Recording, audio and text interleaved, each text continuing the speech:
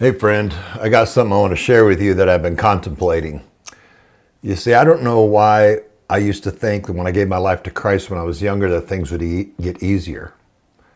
I guess I got that idea from what I was told, the clichés about giving our life to Christ, the sales pitch some pastors gave. But no one told me that life would be harder, that I'd go through trials, be refined, challenged, have no rights of my own, and on top of that, be targeted by the enemies of God.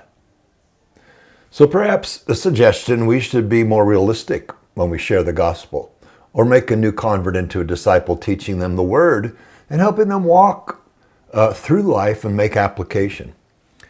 So consider this. When we gave our lives to Christ, we gave up all rights to our life. Body, goals, homes, family, future. We became God's possession.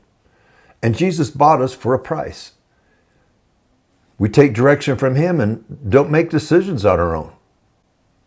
Secondly, our body's not our own.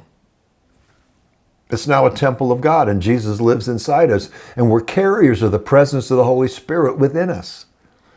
1 Corinthians 6 says, "Do you not know that your bodies are temples of the Holy Spirit who is in you, whom you received from God, and you're not your own? You are bought at a price, therefore honor God with your bodies." And thirdly, we may have plans for our lives, but when we give our lives to Christ, they're preempted by God's desires and plans for us. Our futures is not ours, but God's. He has a purpose for our lives. You all know Jeremiah 29:11. "I know the plans I have for you."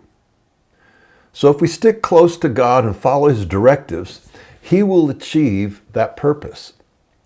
However, the enemy, our will, the influence of others could deter us from our success in achieving those plans, which depend on us being fully committed to following Jesus. Furthermore, this world and our possessions are not our home. Yeah, we're born from above, destined for above. The world's not our home, we're just traveling through. Philippians 3:20 says, "For our citizenship is in heaven." Also, Jesus requires us to put Him first in our lives, our spouse, our children, our relatives, our second, third, or fourth, depending on our relationships and commitments. As Luke 14:26 says, "Those who come to me cannot be my disciples unless they love me more than they love father and mother, wife and children, brothers and sisters, and themselves as well." And on top of all that, when we give our lives to Christ, we become a target. Before we gave our lives to Christ, we were children of the devil. Satan was our father, and we had his nature and followed blindly after him. But when we give our lives to Jesus, we're translated from the kingdom of darkness into the kingdom of light. And when that happens, we're set free from the terrorists who held us hostage. However, he wants to recapture us. There's a target on our back, and Satan has put an all-points bulletin out to the demonic world for our capture. They didn't tell me these things when they asked me to give my life to Christ. But despite the unknowns, I'm so glad I did.